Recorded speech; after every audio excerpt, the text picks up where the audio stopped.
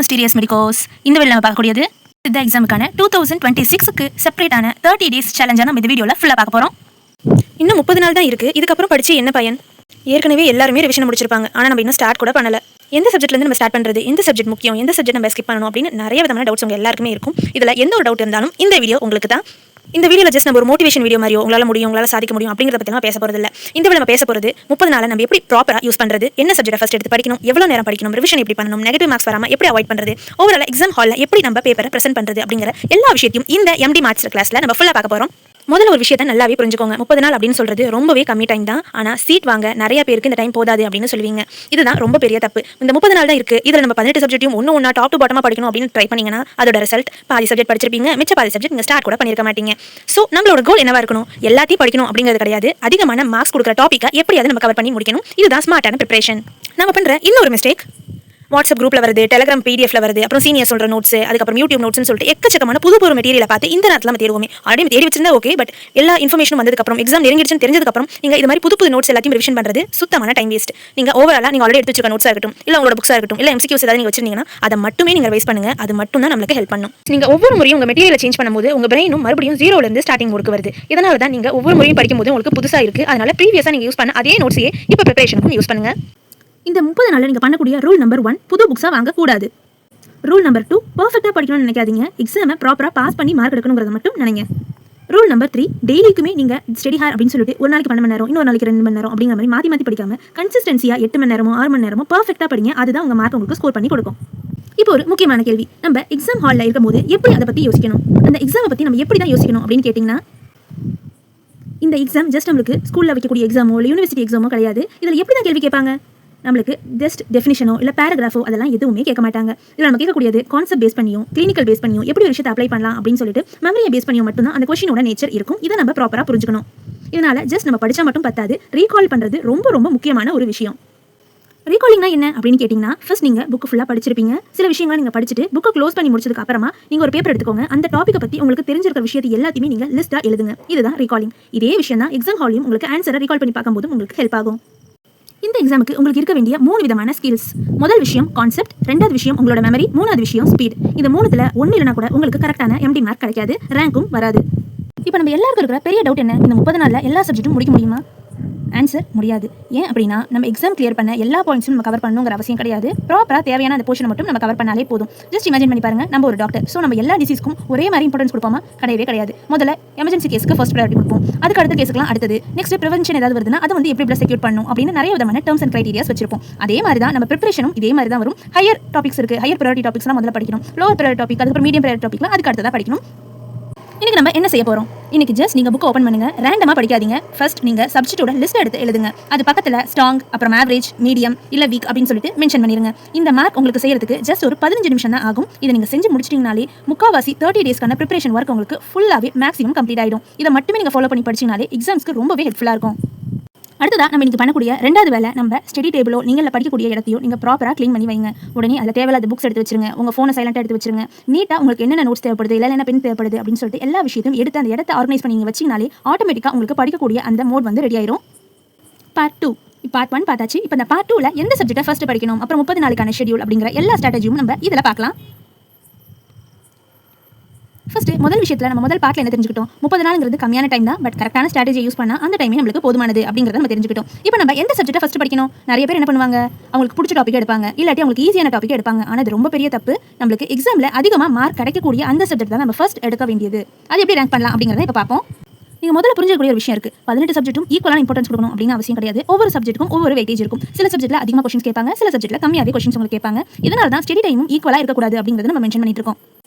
First priority subject, இதில் நீங்கள் மெயினாக ஸ்ட்ராங்காக இருக்க வேண்டிய சப்ஜெக்ட் தான் உங்களுக்கு தோக்கி.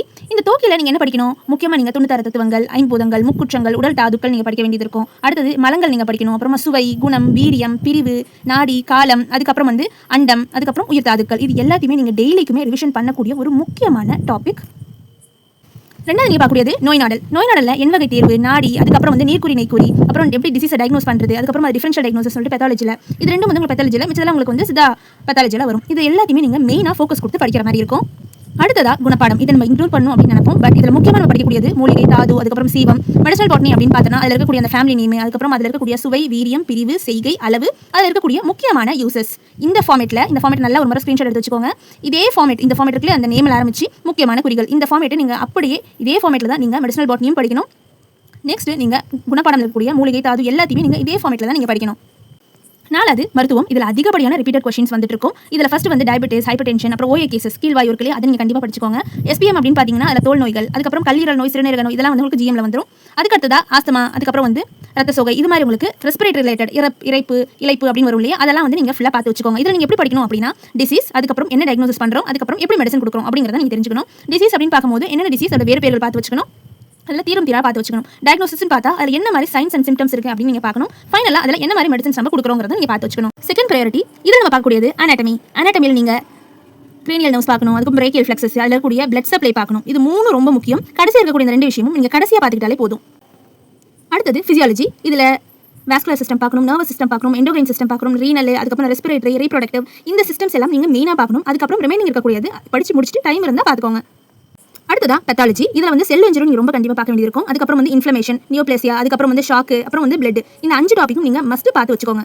மைக்ரோபயாலஜின்னு பார்த்தீங்கன்னா இதில் gram positive and gram negative அதோட பாக்டீரியா பார்த்துக்கோங்க. வைராலஜியில் முக்கியமாக இருக்கக்கூடிய வைரல்ஸோட எல்லாத்தோட டயக்ராம், அதுக்கப்புறம் அது சைஸ் அதை பார்த்து வச்சுக்கோங்க. ஃபங்கைலையும் அதே மாதிரி தான் உங்களுக்கு வரும். அப்புறம் ஸ்டெரிலைசேஷன் ஸ்டார்டிங்லேயே உங்களுக்கு வந்துடும். எப்படி பியூரிஃபை பண்ணுறது, ஆட்டோக்ளேவை பற்றி எல்லாமே வந்துடும். ஹியூமனாலஜி ரொம்ப முக்கியமான ஒரு டாபிக், அதையும் பார்த்து வச்சுக்கோங்க. அதுக்கடுத்ததா பயோகெமிஸ்ட்ரி தான் அடுத்ததாக இருக்கக்கூடியது, ஃபைனலாகவும் இருக்கக்கூடியது. இதில் என்சைம்ஸ், அதுக்கப்புறம் விட்டமின்ஸ் பார்த்துக்கோங்க. விட்டமின்ஸ் கூட நீங்கள் மினரல்ஸும் பார்க்குற மாதிரி இருக்கும். அதுக்கப்புறமா 3 விதமான மெட்டபாலிசம், கார்போஹைட்ரேட்ஸ் இருக்குது, ப்ரோட்டீன் இருக்குது, லிப்பிட் இருக்குது. இந்த 3 விதமான மெட்டபாலிசமும் நீங்கள் பார்க்கணும். அதுக்கப்புறம் LFTயும், அதுக்கப்புறம் வந்து KFT, இந்த 2 இருக்கு இல்லையா, 2 ஃபங்க்ஷன் டெஸ்ட்டையும் நீங்கள் ஃபுல்லாக பார்த்து வச்சுக்கணும். இதில் எல்லாத்தையும் விட முக்கியமானது என்ன அப்படின்னா நார்மல் வேல்யூஸ், எவ்வளோ நார்மல் வேல்யூஸ் இருக்கணும் அப்படிங்கிறத பார்த்துக்கோங்க. அதுக்கு அடுத்ததா RDA அப்படின்னு சொல்லியிருப்பாங்க, ரெக்கமெண்டட் டயட்ரி அந்த டோசேஜ் இருக்கு இல்லையா, ஒவ்வொரு டோசேஜ் கால்சியம் எவ்வளோ எடுக்கணும், அயன் நம்ம ஒரு நாளைக்கு எவ்வளோ எடுக்கணும் அப்படின்னு டெய்லி அந்த டோசேஜ் இருக்கும். அந்த டோசேஜை முடிஞ்ச அளவுக்கு நீங்கள் படிச்சு வச்சுக்கோங்க. இவ்வளோ தான் பயோகெமிஸ்ட்ரி நம்ம படிக்க வேண்டிய முக்கியமான விஷயங்கள். அதுக்கு அடுத்தது நீங்கள் முக்கியமாக நம்ம சித்தால பார்த்ததுக்கு அப்புறம் ரிமைனிங் இருக்கக்கூடியது அறுவை மருத்துவம், சூழ் மருத்துவம், அதுக்கப்புறம் குழந்தை மருத்துவம், இதெல்லாம் இருக்கும் இல்லையா, இதெல்லாம் நீங்கள் அதுக்கு அடுத்ததாக பார்த்து வச்சுக்கோங்க. இதில் முக்கியமான சில விஷயங்கள் மட்டும் நம்ம 1 by 1 சொல்கிறோம். அதை மட்டும் நீங்கள் தெளிவாக படிச்சுக்கிட்டீங்கனாலே போதும். இப்போ நமக்கு ஒரு பெரிய கொஸ்டின் வரும், ஒரு நாளைக்கு எத்தனை சப்ஜெக்ட் படிக்கணும்? இதில் நம்ம சொல்கிறது ஒரு ஃபார்முலா, மார்னிங் வந்து சித்தா சப்ஜெக்ட் படிங்க, ஆஃப்டர்நூன் வந்து மாடர்ன் சப்ஜெக்ட், நைட் வந்து ஒரு MCQs, ரெண்டுத்தையும் கம்பைன் பண்ணி ஒரு MCQs மாதிரி போட்டு ரிவிஷனை கம்ப்ளீட் பண்ணிடுங்க. இதுதான் உங்களுக்கு இந்த டைமில் கரெக்டான காம்பினேஷனாக இருக்கும். அடுத்து நம்ம பார்க்கக்கூடியது மாஸ்டர் பிளான். முதல் 10 நாளைக்கு நம்ம என்ன செய்யணும்? ஃபர்ஸ்ட் 10 டேஸ்க்கு நம்ம செய்யக்கூடியது ஃபவுண்டேஷன் ப்ரைஸ். நம்ம ஆல்ரெடி போன வீடியோவில் MRBக்கும் சொல்லியிருப்போம். ஃபர்ஸ்ட் நாட்கள், அதாவது முதல் 10 நாட்கள் இல்லை முதல் ப்ரைஸ் நம்ம பண்ணக்கூடியது ஃபர்ஸ்ட் ஃபவுண்டேஷன் பண்ணணும். அதுக்கு நம்ம ஒரு சித்தா டாபிக் எடுத்துக்கணும், ஒரு மாடர்ன் டாபிக் எடுத்துக்கணும், அதுக்கப்புறம் ஒரு MCQs கொஞ்சம் ப்ராக்டிஸ் பண்ணிட்டு ரிவிஷனை போட்டு டெய்லிக்கும் கம்ப்ளீட் பண்ணி முடிச்சிடணும். இது முதல் 10 நாளைக்கு செய்ய வேண்டியது. அடுத்த 10 நாள் அப்படின்னு பார்த்தீங்கன்னா 11 20 நாள். இதில் முக்கியமாக இருக்கக்கூடிய டாப்பிக்கை இப்போ முடிச்சிருக்கணும். டெய்லிக்கும் வீக்கான டாபிக், ப்ரீவியஸ் பேப்பர்ஸ், அப்புறம் MCQs, அப்புறம் ஷார்ட் நோட்ஸ், இது எல்லாத்தையுமே அடுத்த 10 நாட்களில் நம்ம முடிக்க வேண்டியது. இப்போ ஃபைனலாக இருக்கக்கூடிய ஒரு 5 நாளைக்கு முன்னாடி என்ன பண்ணணும் அப்படின்னா ஃபுல் ரிவிஷனையும் முடிச்சிருக்கணும். புது டாபிக் எதுவுமே எடுக்கக்கூடாது. வேற எந்த ஒரு நோட்ஸையும் நம்ம மட்டுமே பார்த்துட்டு இருக்கணும். அப்புறம் இம்பார்ட்டன்ட் டாபிக்ஸ் மட்டுமே பார்த்தது போதுமானது. Day 26 Day 28 இதில் நம்ம என்ன பண்ணுவோம்? நம்மளுக்கு மார்க் டெஸ்ட் எடுத்து பார்ப்போம். டைம் நான் கரெக்டாக மேனேஜ் ஆகுதுன்னு பார்ப்போம். நெகட்டிவ் மார்க்ஸை அவாய்ட் பண்ணுறதுக்கான ப்ராக்டிஸாக எடுப்போம். இதெல்லாம் எப்படி பண்ணணுங்கிறத நம்ம அடுத்தடுத்த வீடியோவில் இப்போ பார்க்கலாம். இப்போ கொஞ்சம் கொஞ்சமாக இதெல்லாம் பார்க்க போகிறோம் இந்த செஷன்லேயே. ஃபைனலாக இருக்கக்கூடியது Day 29. இதில் நம்ம பார்க்கக்கூடியது வீக்கான சப்ஜெக்ட்டை மட்டும் நம்ம ஆல்ரெடி ப்ராக்டிஸ் பண்ணியிருப்போம் இல்லையா, அதை மட்டும் அந்த டேல என்னென்ன வீக்காக இருக்குங்கிறத மட்டும் கோ த்ரூ பண்ணி மட்டும் பாருங்க போதும். Day 13 ஃபைனலான டேக்கு வந்தாச்சு. இந்த டேல ஜஸ்ட் ரிலாக்ஸ் பண்ணிட்டு ஏதாவது ஃபார்முலாஸோ இல்லை ட்ரக்ஸோ உங்களுக்கு மறக்கிற மாதிரி இருந்துச்சுன்னா அதை மட்டும் நீங்கள் பார்த்து வச்சுக்கோங்க. உடப்பாடம்ல ஏதாவது டோசேஜஸ், அதுக்கப்புறம் வேறு ஏதாவது அதுக்கு சார் ஆட் பண்ணுறாங்களா, என்ன போடுறாங்க அப்படிங்கிறதே போதுமானது. இது மட்டும் பார்த்துக்கோங்க. கோல்டன் ரூல் இப்போ பார்க்க போகிறோம். நம்ம படிக்கிறது மட்டும் வச்சுக்கிட்டு ப்ரிப்பரேஷன் இல்லை அப்படின்னா ரிவிஷன் இல்லாத ஸ்டடி எப்படி அப்படின்னு பார்த்தீங்கன்னா தண்ணி ஊற்றாத செடி மாதிரியே தான். அதே மாதிரி தான் நீங்கள் MCQs இல்லாமல் ஒரு விஷயத்தை படிச்சிங்க அப்படின்னா ப்ராக்டிஸே இல்லாமல் கேம் விளையாட போகிற மாதிரி. நம்ம ரீகால் பண்ணாமல் ஒரு டெஸ்ட் எழுதுறோம் அப்படின்னா எக்ஸாம் ஹாலில் அது ப்ராப்பராக ஞாபகம் வராது. இதனால் நம்ம செய்யக்கூடிய ஒரு 4 முக்கியமான விஷயங்கள், புது டாபிக்ஸை படிக்கிறோம், அதை ரிவைஸ் பண்ணுறோம், MCQஸை ப்ராக்டிஸ் பண்ணி பார்க்குறோம், திரும்பி அதை ரீகால் பண்ணுறோம். இந்த 4 விஷயத்தை நம்ம திரும்ப பண்ணணும். இப்போ அப்படியே இதை ஸ்க்ரீன்ஷாட் எடுத்து வச்சுக்கோங்க. புது டாப்பிக்கை படிக்கணும், ரிவைஸ் பண்ணணும், MCQs ப்ராக்டிஸ் பண்ணணும், ரீகால் பண்ணணும். இது மட்டும் தான் ரிப்பீட்டடாக நீங்கள் செய்யக்கூடிய முக்கியமான 4 கோல்டன் ரூல். இப்போ நம்ம வீடியோவில் பார்க்குறது, இப்போ ஆல்ரெடி நம்ம என்ன சப்ஜெக்ட் படிக்கணும் அப்படின்னு பார்த்தாச்சு. அதை எப்படி படிக்கணும், எந்த சப்ஜெக்ட் நம்மளுக்கு ஃபர்ஸ்ட் கிரேடில் வரும் அப்படிங்கிற எல்லாத்தையுமே தான் நம்ம இப்போ பார்க்க போகிறோம். நீங்கள் MD எக்ஸாம் அப்படின்னு பார்த்தோன்னே எல்லாத்தையுமே நீங்கள் மாஸ்டர் ஆகணும் அப்படின்னு கிடையாது. நம்ம சூஸ் பண்ணுற சப்ஜெக்ட்டை பேஸ் பண்ணி தான் நம்மளோட சீட்டும் இருக்குது. எடுத்தோடனே நம்ம தோக்கியை தான் படிக்க மாதிரி இருக்கும். ஏன் அப்படின்னா அது ரொம்பவே முக்கியமான கொஸ்டின். அதுவும் இல்லாமல் அதில் வந்து நிறைய விதமான கொஸ்டின்ஸும் பேட்டர்ன்ஸும் நம்மளுக்கு கேட்பாங்க. அதுதான் நமக்கு ஒரு ஃபவுண்டேஷன் மாதிரி. அதே மாதிரி மருத்துவம் படிக்கணும், அப்புறம் நோய் நாள் படிக்கணும், குணப்பாடம் படிக்கணும், சிறப்பு மருத்துவம், இது எல்லாத்தையுமே நம்ம படித்தாலும் பேசிக்காக நம்மளுக்கு இருக்கக்கூடியது தோக்கி தான் நம்மளுக்கு ஒரு ஸ்ட்ராங்கான ஃபவுண்டேஷனை கொடுக்கும். ஆனால் நிறைய விதமான ஸ்டூடெண்ட்ஸ் பண்ணக்கூடிய ஒரு பெரிய தப்பு என்ன தெரியுமா, அந்த 96 தத்துவங்களையும் அப்படியே ஜஸ்ட் மனப்பாடம் பண்ணிட்டா போதும் அப்படின்னு நினைக்கிறாங்க. பட் அது கிடையாது. முக்கூற்றத்தை படித்தாலும் சரி, பஞ்சபூதங்களை படித்தாலும் சரி, அது எல்லாத்தையும் நம்ம புரிஞ்சு சின்னதாக டேப்லேஷன் மாதிரி போட்டு அதை எக்ஸ்பிளைன் பண்ணி பார்த்து தான் நீங்கள் அதை ப்ராப்பராக படிக்கணும். அதுதான் கரெக்டான மெத்தடாக இருக்கும். உதாரணத்துக்கு நீங்கள் வாதம் இன்க்ரீஸ் ஆகுது, அது காரணமான சுவை என்ன அப்படின்னு பார்க்குறீங்க. இல்லை எந்த மருந்தோட வீரியம் வந்து எந்த குற்றத்தை வந்து குறைக்கும், இல்லை எந்த மருந்து இல்லை எந்த டிசீஸ் வருது, அதனால நம்ம பாடியில் எந்த தாது வந்து அதிகமாகுது அப்படின்னு கேட்குறாங்க. அப்படின்னா இதுக்கு நம்ம ஏதாவது ஒரு டாப்பிக்கை லிங்க் பண்ணி படிச்சிருந்தா மட்டும்தான் இந்த மாதிரி கொஸ்டின்ஸ்க்கு நம்மளால ஆன்சர் பண்ண முடியும். 96 தத்துவங்கள், அப்புறம் பஞ்சபூதங்கள், முக்குற்றம், அப்புறம் உடல் தாதுக்கள், மலங்கள், சுவை, குணம், வீரியம், பிரிவு, காலம், நாடியோட அடிப்படை, இது எல்லாமே தோக்கில நம்ம முக்கியமாக படிக்கக்கூடிய விஷயங்கள். மருத்துவத்தில் வர்மம், தொக்கணம், அப்புறம் யோக நிலைகள், அப்புறம் எக்ஸ்டர்னல் தெரப்பி, இந்த 4 விதமான டாபிக்ஸ் ரொம்பவே முக்கியம். நம்ம ரெக்கமெண்ட் பண்ற ஒரு மெத்தட், நம்மளுக்கு ரிப்பீட்டடாக கேட்கக்கூடிய கொஸ்டின்ஸ் ரெட் கலர்லையும், டிஃபிகல்ட்டாக இருக்கிறத நீல கலர்லையும், ரிவிஷன் பண்ணதை வந்து பச்சை கலர்லையும், அதுக்கப்புறம் ஜஸ்ட் ரிமைண்ட் பண்ணுறது இல்லை மெமரைஸ் பண்ணுறது எல்லாத்தையும் மஞ்சள் கலர்லையும் நீங்கள் சின்ன கலரிங் போட்டு கலர் கோடிங் போட்டு வச்சிருங்க. இதனால் என்ன ஆகும் அப்படின்னா உங்களுக்கு ரிவிஷன் டைம் பாதியாக குறையும். பை த சேம் டைம் நீங்கள் ரிவைஸ் பண்ணுறதுக்கு எக்ஸாம் டைமில் ரொம்பவே இந்த கலர் கோடிங் ஹெல்ப் ஆகும். எம்சிக்யூஸ் படிக்கும்போது நம்ம செய்யக்கூடிய தவறுகள் என்ன அப்படின்னு பார்க்கலாம். நிறைய பேர் கொஸ்டினை படிக்காமையே ஜஸ்ட் ஆப்ஷன் மட்டும் பார்த்துட்டு ராங்கா ரைட்டா அப்படின்னு டிசைட் பண்ணுறாங்க. ஃபர்ஸ்ட் நீங்கள் கொஸ்டினை பாருங்க, கொஸ்டினை பார்த்து என்ன ஆன்சர் கரெக்டாக இருக்கும் அப்படிங்கிறத நல்லா கெஸ் பண்ணி அதுக்கப்புறமா ஆப்ஷனை பாருங்க. ஆட்டோமேட்டிக்காக உங்களுக்கு அந்த ஆப்ஷனை பார்த்த உடனே கரெக்டான ஆன்சர் மேக்ஸிமம் நீங்கள் படிச்சிருந்தீங்கன்னா உங்களுக்கு தெரியும். இப்போ நீங்கள் ஒரு நோட் எடுங்க. அந்த நோட்டில் ஒவ்வொரு சப்ஜெக்ட்டுக்கும் செப்பரேட்டாக இந்த மாதிரி ஃபார்மேட்டில் எடுத்து வச்சுக்கோங்க. ஒரு நோட் எடுத்து உங்களுக்கு ரிப்பீட்டடாக கேட்கக்கூடிய எம்சிக்யூஸை ஃபர்ஸ்ட் ஒரு இதில் டிவிஷனில் எழுதுங்க. பார்ட் 2 டிவிஷனில் உங்களுக்கு கன்ஃபியூஸ் ஆகிற கான்செப்டோட டாபிக், 3வது பார்ட்டில் ஒரே ஒரு லைனில் இருக்கக்கூடிய சின்ன முக்கியமான லைன்ஸ், 4வது லாஸ்ட் நிமிட்ல நீங்கள் ப்ராக்டிஸ் பண்ணக்கூடிய ரிவிஷன் லைன்ஸ். இதை ஒரு நோட்டை பிரித்து வச்சுட்டு இதே மாதிரி யூஸ் பண்ணுங்க. இல்லாட்டி 4 நோட்டு செப்பரேட்டாக பிரித்து வச்சுட்டு அந்த 4 நோட்லையும் இதே மாதிரி இந்த டாப்பிக்கை மட்டும் ஃபில் பண்ணி நீங்கள் படிக்கக்கூடிய ஒவ்வொரு டாப்பிக்கும் உங்களுக்கு இந்த கேரக்டர்ஸ் எப்பப்பெல்லாம் அப்ளை ஆகுதோ எல்லாத்தையுமே போட்டு ஃபில் பண்ணி வச்சிருங்க. எக்ஸாம் டைமில் ரொம்பவே ஹெல்ப்ஃபுல்லாக இருக்கும் இந்த மெத்தட். பார்க்கக்கூடியது ரொம்பவே முக்கியமான ஒரு விஷயம், நெகட்டிவ் மார்க்ஸை எப்படி அவாய்ட் பண்ணுறது. இதுக்கான கோல்டன் ரூல் 3 இருக்கு. ஸ்டெப் 1, உங்களுக்கு தெரிஞ்ச விஷயம் 100% தெரிஞ்சால் மட்டும் அட்டென்ட் பண்ணுங்க. ஸ்டெப் 2, உங்களுக்கு அதில் முடிஞ்ச அளவுக்கு அதில் ஆப்ஷன்ஸ் இருக்குது அப்படின்னா முடிஞ்ச அளவுக்கு 1 or 2 ஆப்ஷன்ஸை எலிமினேட் பண்ண முடிஞ்சது அப்படின்னா ரிமைனிங் இருக்கக்கூடிய அந்த 2ல் ஏதாவது ஒன்று தான் நம்மளோட ஆன்சராக இருக்கும். 3வது, உங்களுக்கு கண்டிப்பாக அதில் கரெக்டோ தப்போன்னு உங்களுக்கு ஆன்சரே தெரியல அப்படிங்கும்போது தயவு செஞ்சு அந்த கொஸ்டினை நீங்கள் தொடவே தொடாதீங்க. ஏன் அப்படின்னா நீங்கள் ஆன்சர் கரெக்டாக இருக்கும்னு நினச்சி டிக் பண்ணிங்கன்னா மோஸ்ட்லி உங்களுக்கு நெகட்டிவ் மார்க்ஸால தான் நம்மளுக்கு சீட்டே மிஸ் ஆகுது. அதனால உங்களுக்கு டவுட் இருக்குது, எனக்கு ஆன்சர் கரெக்டாக தெரியல அப்படின்னா தயவு செஞ்சு அதில் கில்ட் ஆகாமல் அந்த கொஸ்டினுக்கான ஆன்சர் பண்ணாமே அப்படியே விட்டுருங்க. அடுத்ததா எலிமினேஷன் டெக்னிக். இதில் என்ன பண்ண போகிறோம், கரெக்டான ஆன்சர் நமக்கு தெரியல இருக்கட்டும், நம்ம என்ன பண்ணுறோம், ராங் ஆன்சரை கண்டுபிடிக்கலாம். ஆப்ஷன் ஏ வந்து ராங், ஆப்ஷன் பி வந்து ராங். அப்போ பி அல்லது டி இது ரெண்டுத்துல தான் ஏதாவது ஒரு கொஸ்டின் வந்து நமக்கு கரெக்டான இதாக இருக்கும். இதில் 50-50% தான் நமக்கு இதில் சான்ஸ் இருக்கு. ஸோ இது ரெண்டுத்துல உங்களுக்கு எது கரெக்டான ஆன்சர்னு தோணுதோ அதை நீங்கள் டிக் பண்ணுங்க. மோர் ஓவர் உங்களுக்கு கரெக்டான ஆன்சராக தான் இருக்க வாய்ப்பு அதிகமாக இருக்கு. இல்லை என்னால் எலிமினேட்டே பண்ண முடியல அப்படிங்கும்போது தயவு செஞ்சு அந்த கொஸ்டினை நீங்கள் தொடவே செய்யாதீங்க. இப்போ நம்ம பார்க்கக்கூடியது டைம் மேனேஜ்மெண்ட். முதல் 1 மணி நேரம் என்ன பண்ணுறீங்க, ஈஸியான கொஸ்டின்ஸ் எல்லாத்துக்கும் ஆன்சர் பண்ணிருங்க. அடுத்த 1 மணி நேரம் உங்களுக்கு கொஞ்சம் மாடரேட்டாக இருக்கக்கூடிய ஆன்சர்ஸும், கடைசியாக நீங்கள் ரிவிஷன் மட்டும் பண்ணுங்க. தெரியாத கொஸ்டினை அட்டென்ட் பண்ணாதீங்க. இதுதான் நம்ம ரிப்பீட்டடாக நம்ம சொல்லிக்கிட்டே இருக்கோம் எல்லாத்தையும்.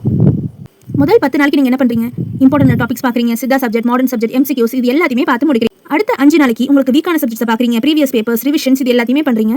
அதுக்கு அடுத்ததாக இருக்கக்கூடிய டேஸில் நீங்கள் ஃபுல் ரிவிஷனும் டெஸ்ட் மட்டும் தான் நீங்கள் எழுதணும். அப்படியே பேக்வர்ட்ஸில் வந்தீங்கன்னா ரிமைனிங் இருக்கக்கூடிய 7th to 3rd டே வரைக்கும் நீங்கள் என்ன பண்ணுறீங்க, ஷார்ட் நோட்ஸ், அப்புறம் என்னென்ன ஃபார்முலாஸ் நீங்கள் போட்டு வச்சிருக்கீங்களோ அதெல்லாம் நீங்கள் பார்க்கணும். அதுக்கப்புறம் உங்ககிட்ட ஏதாவது மெடிசன்ஸை பற்றி ஏதாவது டேப்லேஷன் இருந்துச்சு, அந்த டேப்லேஷன், அப்புறம் 96 தத்துவங்கள், எண் வகை தேர்வு, நாடி நிலைகள், வேறுபாடுகள்னு சொல்லிட்டு ஸ்பெசிஃபிக்காக இருக்கக்கூடிய விஷயங்களை நீங்கள் பார்க்கணும். கடைசி 2 நாள் தான் இருக்குது அப்படிங்கும்போது புது டாபிக் எதுவுமே தொடாதீங்க. ரிவிஷன் பண்ண முடிஞ்சா மட்டும் பண்ணுங்க. ஓவர் திங்கிங் வர மாதிரி இருந்துச்சுன்னா தயவு செஞ்சு அதுவும் நீங்கள் பண்ணாதீங்க. சிம்பிளாக ஜஸ்ட் காமாக மட்டும் இருங்க, அதுவே போதும். எக்ஸாமுக்கு முன்னாடி என்ன பண்ணுறீங்க, நீங்கள் ப்ராப்பராக உங்களோட ஹால் டிக்கெட், உங்கள் ஐடி ப்ரூஃப், உங்கள் பென் அண்ட் பேப்பர்ஸ்னு சொல்லிட்டு எல்லாத்தையுமே எடுத்து வச்சுக்கிறீங்க. வாட்டர் பாட்டில் அலோட் இருந்துச்சு அப்படின்னா வாட்டர் பாட்டில் எடுத்துக்கோங்க. ப்ராப்பரான ஸ்லீப் உங்களுக்கு ரொம்பவே முக்கியம். இது மட்டுமே நீங்கள் எக்ஸாமுக்கு முன்னாடி நாள் நீங்கள் செய்யணும். மோர் ஓவர் நீங்கள் என்ன பண்ணுறீங்க, முன்னாடி ஒரு நாள் எக்ஸ்ட்ரா கூட எடுத்துக்கோங்க. 2 நாள் கொஞ்சம் காமாக ஃப்ரீயாக இருங்க. எக்ஸாம் இருக்குது, நம்ம ஆல்ரெடி படிச்சு முடிச்சிட்டோம். இதுக்கப்புறம் எக்ஸாமில் ப்ரெசென்ட் பண்ணக்கூடியது மட்டும் தான் நம்மளுக்கு டைம் இருக்குது. இந்த நேரத்தில் எதுவும் புதுசாக நீங்கள் படித்து ரொம்பவே டம்ப் பண்ணிக்கிறதுக்கு காமாக இருக்க மட்டும் ட்ரை பண்ணுங்கள். எக்ஸாம் ஹால்குள்ளே வந்தாச்சு, இதனால் எந்த ஒரு டென்ஷனும் ஆகாதீங்க. முதல் கொஸ்டினை பாருங்கள். இன்கேஸ் உங்களுக்கு அந்த விஷயம் தெரியல அப்படின்னா கொஞ்சம் நேரம் வெயிட் பண்ணி பாருங்க, 1 to 2 நிமிஷம் வெயிட் பண்ணி பாருங்க. அப்படி உங்களுக்கு ஆன்சர் தெரியலனா அடுத்த கொஸ்டினுக்கு நீங்கள் மூவ் ஆன் பண்ணி போயிடுங்க. கடைசியில் திரும்பி உங்களுக்கு டைம் இருந்துச்சு அப்படின்னா அந்த கொஸ்டினுக்கு ஆன்சர் பண்ண முடியுது, உங்களுக்கு ஆப்ஷனும் தெரியுது அப்படின்னா தாராளமாக ஆன்சர் பண்ணிக்கலாம். நார்மலாக நம்ம லாஸ்ட் டைமில் பண்ணக்கூடிய மிஸ்டேக்ஸ், அந்த கடைசி நேரத்தில் தான் புது புக்ஸ் எடுப்போம், ஃப்ரெண்ட்ஸ் என்ன படிக்கிறாங்க அப்படின்னு கம்பேர் பண்ணி பார்க்குறது, டெலிகிராம் குரூப்பில் அவங்க என்னென்ன விஷயங்களாக சொல்லியிருக்காங்கன்னு பார்க்குறது, அந்த நைட்டில் உட்காந்து நீங்கள் மாங்க படிக்கிறது எல்லாமே வேஸ்ட்டு. ஸோ ரிவிஷன் எல்லாத்தையுமே நீங்கள் ஸ்கிப் பண்ணிட்டு ஜஸ்ட் காமாக மட்டும் இருங்க. அது ரொம்ப கஷ்டமான விஷயம். பட் இதை ஜஸ்ட் ட்ரை பண்ணி மட்டும் எக்ஸாம் டைமில் பாருங்கள். நம்மளும் உங்கள் கூடிய தான் இருக்க போகிறோம். இந்த 30 days ஜர்னிலையும் உங்களுக்கு 1 by 1 டெய்லிக்குமே 2 வீடியோ நம்ம அப்லோட் பண்ண போகிறோம். மார்னிங் ஒரு வீடியோ, ஈவினிங் ஒரு வீடியோ, 2 வீடியோ அப்லோட் பண்ண போகிறோம். 2 வீடியோலும் பேசிக்காக நீங்கள் எம்டியில் என்னென்ன படிக்கணும், என்னென்ன படிக்கக்கூடாது, எப்படி படிக்கணுங்கிற எல்லாத்தையுமே ரொம்பவே டீட்டெயில்டாக இன் டெப்த்தாக நம்ம பார்க்க போகிறோம். அதுக்கான ட்ரையல் வீடியோவாக தான் நம்ம இந்த வீடியோவை அப்லோட் பண்ணியிருக்கோம். ஓவராலாக உங்களோட சக்ஸஸ் ஃபார்முலா அப்படின்னு இருக்கக்கூடிய ஒரு விஷயம், 40% உங்களுக்கு தெரிஞ்ச டாப்பிக்கை நீங்கள் படிச்சு முடிச்சிருக்கணும், 20% ப்ரீவியஸ் பேப்பர், 20% உங்களோட எம்சிக்யூஸ், ரிமைனிங் 20% உங்களோட ரிவிஷன். இந்த ஃபார்மேட்டில் இருந்தால் ஆட்டோமேட்டிக்காக உங்களோட ஃபர்ஸ்ட் அட்டெம்ப்ட்லேயே எம்டி எக்ஸாமை நீங்கள் கிராக் பண்ணி எம்டி சீட்டுக்கு போக முடியும். இதோட இந்த வீடியோ கம்ப்ளீட் ஆகுது. இப்போ நம்ம இதுக்கப்புறம் சொல்ல போகிற எல்லா எம்ஆர்பி ரிலேட்டட் வீடியோஸையும் நீங்கள் ப்ராப்பராக பாருங்கள். அதில் சொல்லக்கூடிய எல்லா பாயிண்ட்ஸையும் எல்லா கொஷின்ஸையும் நீங்கள் ஜஸ்ட் நம்ம சொல்ல அதை ஃபாலோ மட்டும் நீங்கள் பண்ணிட்டு வந்தீங்கனாலே போதும். எம்டி சீட் உங்களுக்கு ஆட்டோமேட்டிக்காக உங்களுக்கு வந்துடும். நம்ம சொல்கிற அந்த ஃபார்மேட்டில் உங்கள் எஃபோர்ட்டை போடுங்க. ஆல்ரெடி நீங்கள் படிச்சு முடிச்சிருப்பீங்க. இன்னும் அடிஷனலாக என்னென்ன விஷயங்கள் ஆட் பண்ணலாம், என்னென்ன விஷயங்கள் அவாய்ட் பண்ணலாம், எப்படி நம்ம ஸ்மார்ட்டாக எக்ஸாமுக்கு ப்ரிப்பேர் ஆகலாம்ங்கிறத நம்ம ஒன் பை ஒன்னாக நம்ம டெய்லிக்குமே 2 வீடியோ போட்டு அப்லோட் பண்ண போகிறோம். மார்னிங் 11 ஒரு வீடியோ, ஈவினிங் 4 ஒரு வீடியோ அப்படின்னு இந்த டைமிங்கில் டெய்லிக்குமே அப் டு எம்டி எக்ஸாம் வர வரைக்குமே நம்ம டெய்லிக்குமே 2 வீடியோஸ் போட போகிறோம். இன் பிட்வீன் உங்களுக்கு எந்த ஒரு டவுட்ஸ் இருந்தாலும் சரி அதுக்கும் ரிலேட்டடாக நம்ம வீடியோஸ் இன்க்ளூட் பண்ணி போடுவோம். அதனால நீங்கள் எதுக்குமே பேனிக் ஆகாதீங்க. எம்டி சீட் கண்டிப்பாக உங்களுக்கு தான். ஏன்னா ஒரே ஒரு சீட் தானே, உங்கள் ஒருத்தவங்களுக்கு ஒரு சீட். அதனால ரிமைனிங் எத்தனை சீட் இருக்குது, கிடைக்குமா கிடைக்காதாங்க யோசிக்காதீங்க. ஜஸ்ட் பிளாங்காக உட்காந்து படிக்க மட்டும் ஸ்டார்ட் பண்ணுங்க. ஒரு நாள் உட்காந்து நீங்கள் படிக்க ஆரம்பிச்சிட்டிங்கன்னா ஆட்டோமேட்டிக்காக அதுவே உங்களுக்கு ப்ராக்டிஸ் ஆயிடும். ஒழுங்காக உங்களை நம்பி நீங்கள் படிங்க. ஆட்டோமேட்டிக்காக உங்களுக்கு எம்டி சீட் உங்களை தேடி வரும். தேங்க்யூ ஃபார் வாட்சிங்.